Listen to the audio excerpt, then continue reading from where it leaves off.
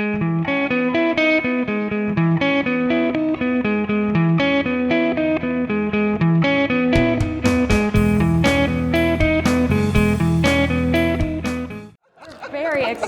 to have President Wente here with us today. It's a real gift. I understand that you've met with the board a couple times along the way. I have. So my first time with you and the board, but everyone is really looking forward to this. So thank you for making time. Well, it's wonderful to see so many familiar faces and to think about the journey we've all been on together. So thank you for being here. Thank you for your support of Dean Pressley in terms of her launch this year. And so yeah, it's a great group. So as we know, but I like to do a little intro for you. Dr. Wente is a renowned biomedical researcher who has maintained an unwavering commitment to research, teaching, and I think in particular, I feel like mentoring. I've really felt that from you. Dr. Wente's cell biology discoveries have laid the foundation for understanding disease mechanisms and have inspired her distinctive leadership philosophy, which I feel like I have really felt. It's like the catalyst and the radical collaboration, like it all, I feel it every day. In July 2021, Dr. Wente arrived at Wake Forest to begin her tenure as president after serving as provost and interim chancellor at Vanderbilt. Dr. Wente, we are grateful to have time to talk with you today and hear highlights from your last 5 years. And we have a lot I think we could talk about. Okay. Yeah. Looking forward to it. Yeah, thank you. So I think one of the things that we just spent like an hour talking about is academic excellence and what that means and expanding faculty research impact. And one of the things that I know that I've really enjoyed that you've been doing is the Walks with Wente series, highlighting faculty research. I don't know if everyone has had a chance to see them, but they're really genuinely interesting. I wonder if you can tell us a little bit about the series and why it was important for you to do and what you've learned through the process of this. Yes. Well, of course, I think what our faculty do, what our staff do in terms of engaging with our students is our most important mission. I mean, that is why we're here. And I really looked at the Walk with Wente. Okay, one, it was a little bit for my own self-interest. I got to meet all these great faculty and spend a couple hours with them and hear them talk about what it means to be a teacher scholar. But it also was a strategy to really demystify what happens in the classroom, what happens, in their studios or in their labs or in the library archives. And so the general public, in terms of what do faculty do, it might go back to when they were in college or when they were in school, and I really think showing them what we do now is incredibly important.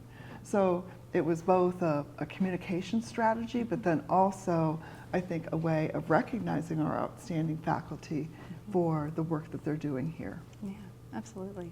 I've really appreciated the interdisciplinary celebration of it as well, seeing everything from philosophy to, I feel like I saw something about computer science, the way to test. Yes. Yeah. Oh, yes. And then we mixed up the locations a little bit. So, it was a lot of laps around Hearn Plaza. And then it was, on the day we did the ones from Renolda Village to campus, that was beautiful. But we would tape multiple at a time, but I was a stickler for the fact that I wanted everyone to feel individual. Yeah. So I would have different blazers or different shoes, or doing how can I do 4 shoots in one day? So, but I wanted everyone to feel like it was an individual conversation. But yes, they were great. Yeah, thank you. I think another thing that I've been reflecting on through the course of the year is how often you've been able to act on opportunity in really strategic ways. Under your leadership, Wake Forest opened the Child Care Center, which I heard about the concept of 20 years ago when it finally happened. Launched new initiatives around mental health and wellness, increased the minimum wage. So why were these some of your priorities, or how did you think about choosing those?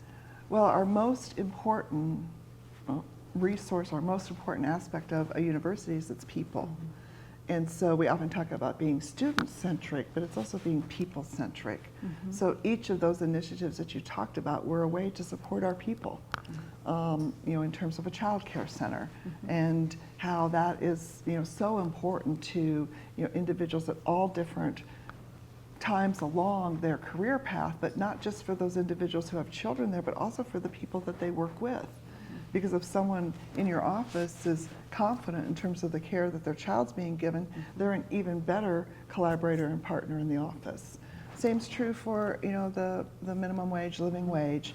You know, if those you're working with, you know that the university is helping support them and they have that support, they're you know, their creativity can be much more, you know, unleashed, right? And so all of those, in terms of how we think about what we're doing here, we're based upon our commitment to being people-centric. Yeah, no, thank you for that. I think about that a lot in the library context because people think about books or they think about the desk they like studying at, but it only is what it is because of the librarians and staff in it. So I see that reflected in these other opportunities too. Yeah. So with that segue, I wondered if, because it's the library board, if we could spend a few minutes talking about libraries, like your favorite memory of a library or how it shaped your approach to academia. Yes, well, I have lots of memories of libraries, so that we could have a long conversation there. And I think, you know, that's in part just the great opportunities I had along my entire life. I grew up in a really small town in Iowa, and it was the county seat, and it had a Carnegie Library, and it was 2 blocks from my house. And so, you know, in the summer, I, you know, would walk there. You know, this was even in elementary school, a small town, and I would help the librarian, you know, all day. You know, I just never left that library, right?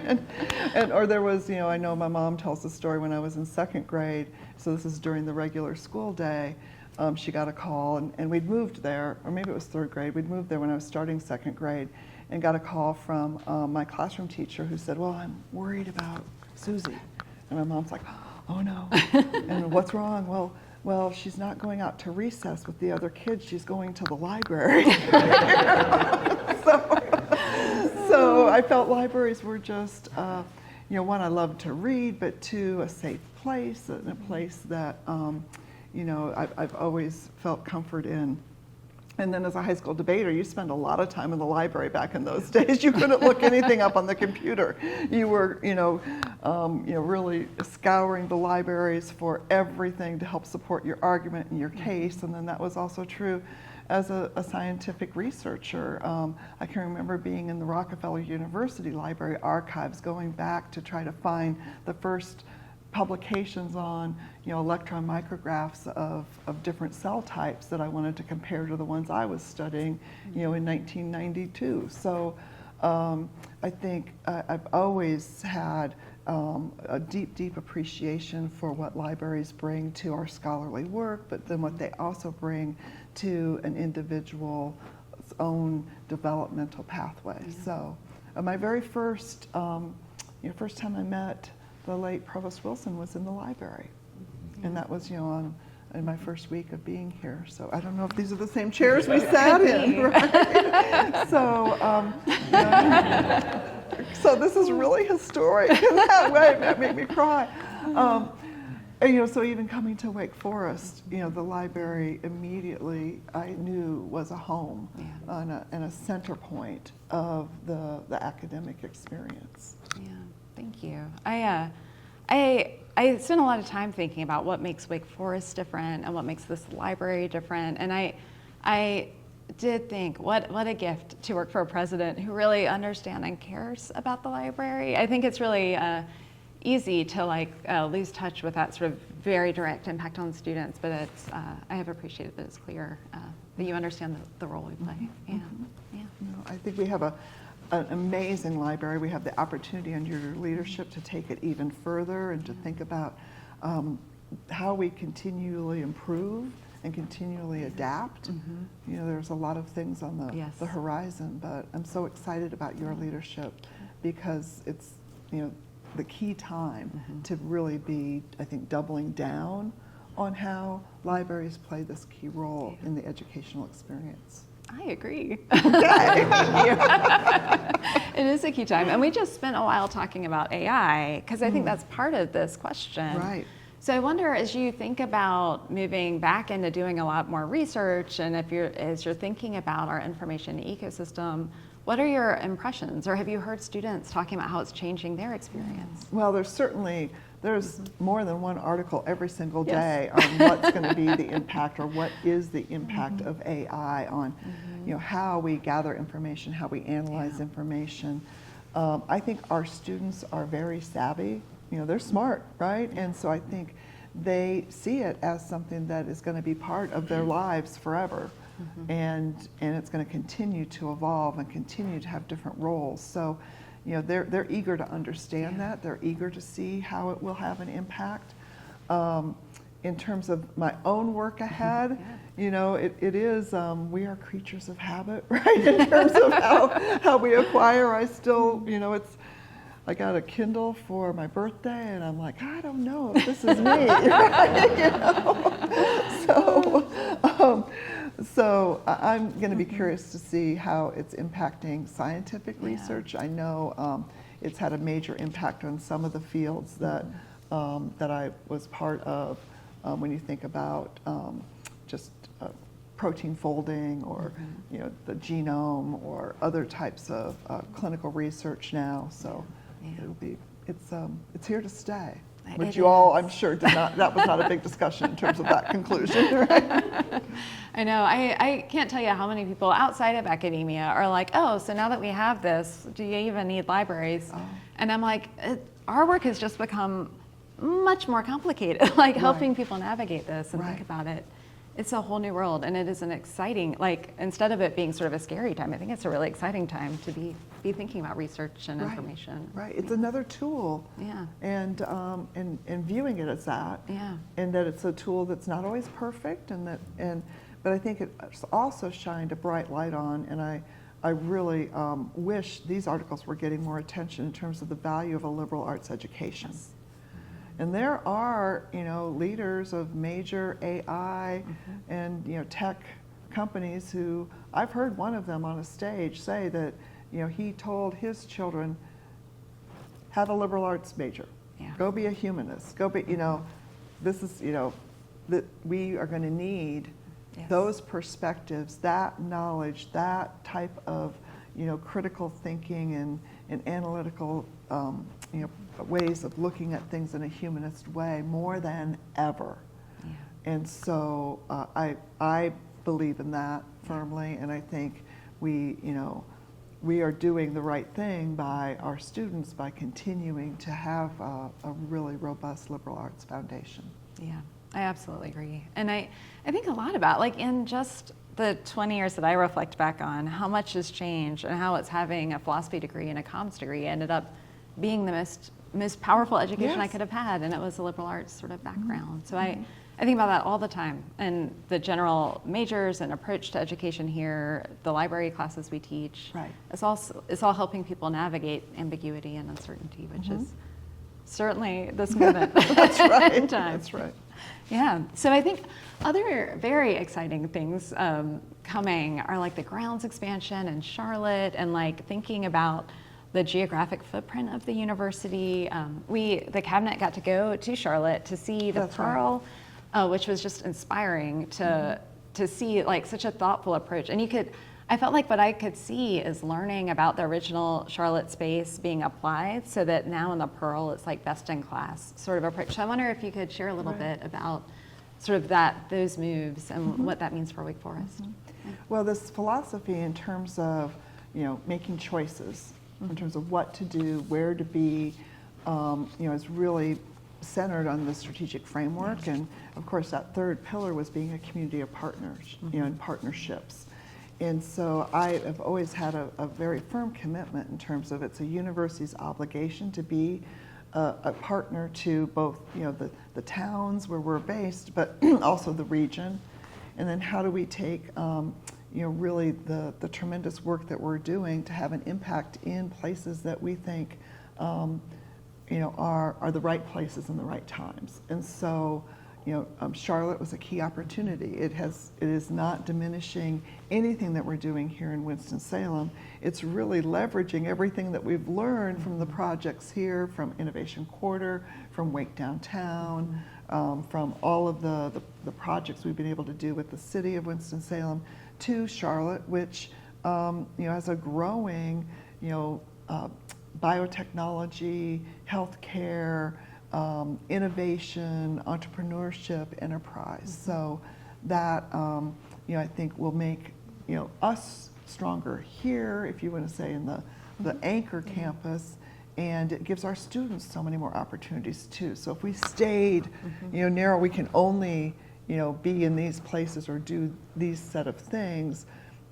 We need to be sure we're giving our students and our faculty and staff the greatest opportunities also. And so it's not just a more global world, it's a more regional impact world too in that regard. And so Charlotte is exciting. I think every every school, college, library has a Charlotte strategy, and we'll be rolling that out and really leveraging partnerships that we're building there to then help strengthen all the work that we do wherever Wake Forest is at. Now the grounds was a special opportunity, and that was, I really feel that the ingredients were all there. Of course, I'm a scientist. I also love cooking. Okay, and I could kind of see all the ingredients are there. We just need the right. Okay, now I use one of my special words too. Catalyst. Yes. To get them to come together to really allow us to take what were stranded assets in terms of the land that the university had thoughtfully, acquired parcel by parcel kind of over a couple decades, to transform that into something that would have an economic impact and be a place where the whole community would feel welcome and could come. And I'm just going to be really excited to see that come to life over the next year or so with that first phase, and be a benefit to our university, our students and our faculty, and then the greater Winston-Salem community in the region. Yeah, it feels sort of so analogous to the downtown innovation corridor, and like how transformed that.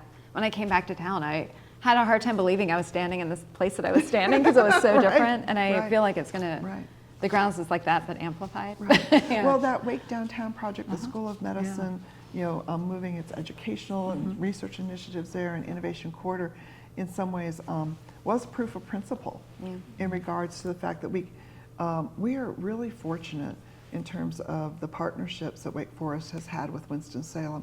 That is not true for every university and city.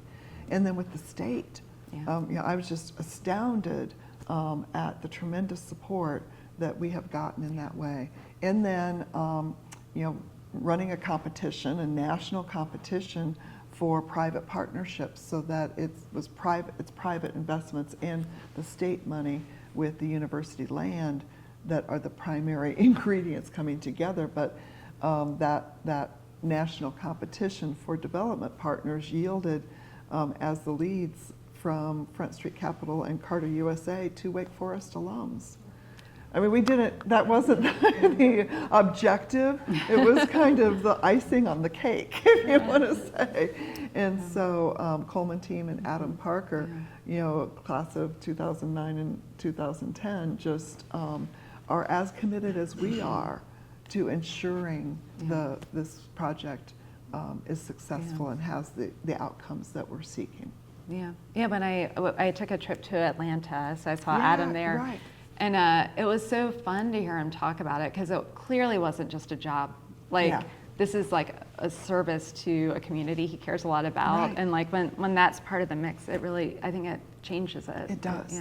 It does.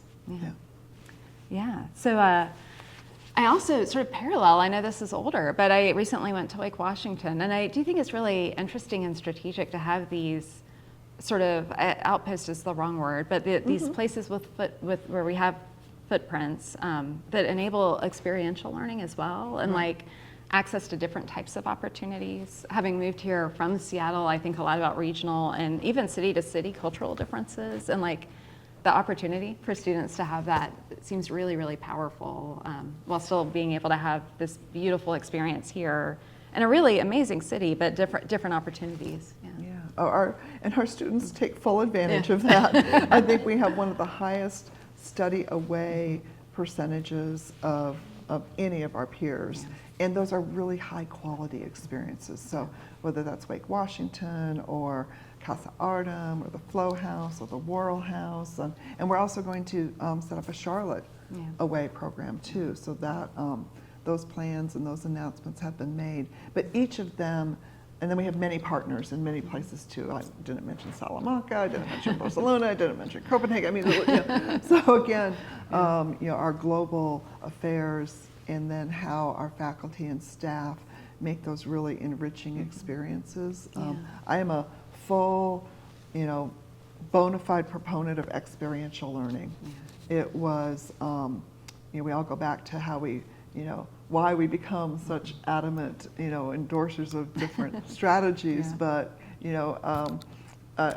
if I hadn't had a experience in a research lab, I probably would not have, pursued my doctoral training in biochemistry, because, just being able to go into a lab, do a research project with a faculty member, it just sparked so many opportunities that I didn't ever know were possible.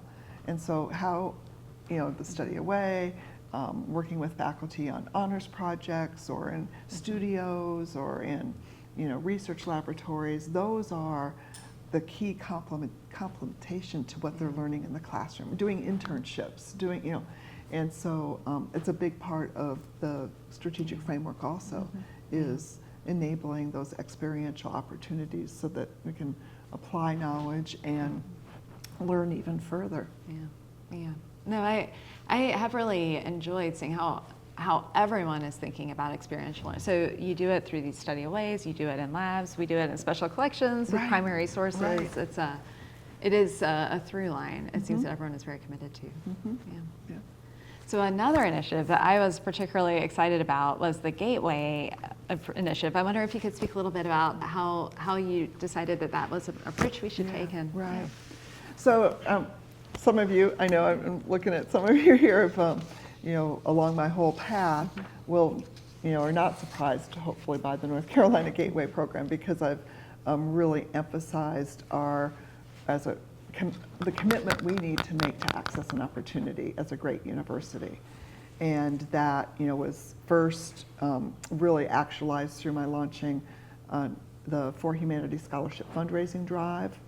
And we've raised now over $180 million in less than 4 years, all due to incredibly generous, alumni and partners, and that really, is making a difference. And then the next phase of that access and opportunity was the early action program for first-gen students, so that they could see a pathway here and we could really have targeted ways that we were ensuring they were well equipped to make a decision in terms of Wake Forest. But the Gateway, if you might say, is the next layer on top of that. It might actually become the foundation of that.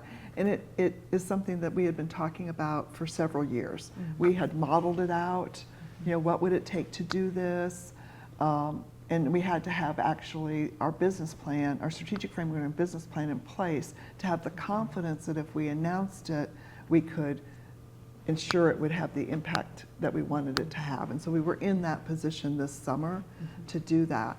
Also, part of it is our commitment to being as transparent as possible about what opportunities there are here and how much it costs or what might cost a family to send their student to Wake Forest. And so, financial aid is like murky. And then you gotta fill out an application, and then you gotta trust, and students still have to fill out an application, right? But having, what's called income guarantees, I think can give a family that's sitting around the dining room table, the kitchen table, or driving in the car somewhere and having this discussion about, is Wake Forest a possibility? They know from the $100,000 full tuition, cost of attendance, $200,000 full tuition, $300,000 to $200,000 half tuition. And they know their starting point. So, and that allows them to not, I think, and I know now from the feedback that we've gotten, that they either put Wake Forest on the list or they didn't cross it off the list. And that is, the stories are heartening. Eric McGuire, our Vice President for Enrollment, he gave me 28 pages of different one-paragraph excerpts from applications this year where students cited Gateway as the factor that convinced them to apply, that they could see themselves here, that they knew that it wouldn't put their family or themselves in debt, that we wanted them to be here too. And our application numbers from North Carolina are up 80%. I'm going to tell you quite honestly, they had been drifting down because we didn't have a specific way of, talking directly to what is our home state. And they have wonderful other opportunities here within the state. And so we had to make it as transparent as possible that they could come here, they can thrive, and be successful. Yeah. So everybody asks, okay, how many students are we getting from this? And we got till, they have until April 30th to make their decision for the ones in regular decision. And so we're going to be eagerly anticipating that outcome. But at least from the people that I've run into on tours or the people who've reached out to me, I'm just really heartened by the impact of the Gateway program. But it builds on multiple steps that we've been taking across all 5 years, and even before, but especially in terms of recognizing this huge need to be focused on access and opportunity. Yeah, I found it so inspiring. I was excited to come here not knowing this was in the works, and when that came out, I'm like, this is the sign that it was the right place. Eric and I had sat there with, different, okay, what income band is the big discussion? Can we go broader than North Carolina? And so this is a pilot, and I hope that this pilot, proves to be incredibly robust so that the university can consider expanding it in different ways over the coming years. Yeah, it's very exciting. So I don't know, but I think over what I have learned about the years before I got here, where you were here, and what I've experienced this year, it just feels like a time of incredible transformation for Wake Forest. And I know we all want to thank you for your leadership and the impact that you've had, and what you've really done for this community. It's in particular, the Child Care Center. That's decades in the making, and it finally happened, right? It's just very exciting to see things that we've all known. Something should happen with the ground space. Now it will, and that lasting impact is going to just be transformational for everyone. The library, I wanted to add a book to the collection in your honor. So the book is, we aren't able to show it to you today, but you could come back and see it once we have it. But what I want to share with everyone, and I have a certificate for you, is that the book that we're adding to special collections in appreciation of your dedication and service to Wake Forest is Microscope Teachings, Descriptions of Various Objects of Special Interest and Beauty Adapted for Microscopic Observation by Mary Ward, written in 1864. So I know our special collections colleagues were looking for a woman scientist. Yes, and we'll make sure that that's shown to be as a result and in honor and appreciation of you. Yeah. Oh, thank you so much. Oh my gosh.